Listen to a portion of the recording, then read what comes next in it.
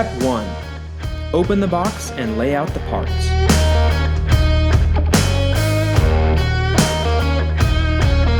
Step 2. Unravel the wiring harness and lay it in position.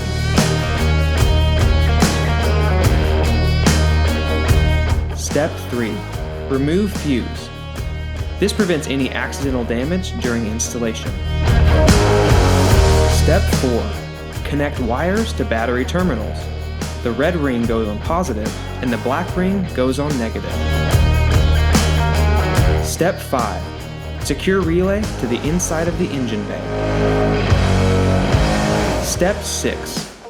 Route the wires. Step 7. Run switch wires into cab or connect them to a controller. You can do this by going through the factory firewall or find an alternative route depending on your vehicle and application. Step 8.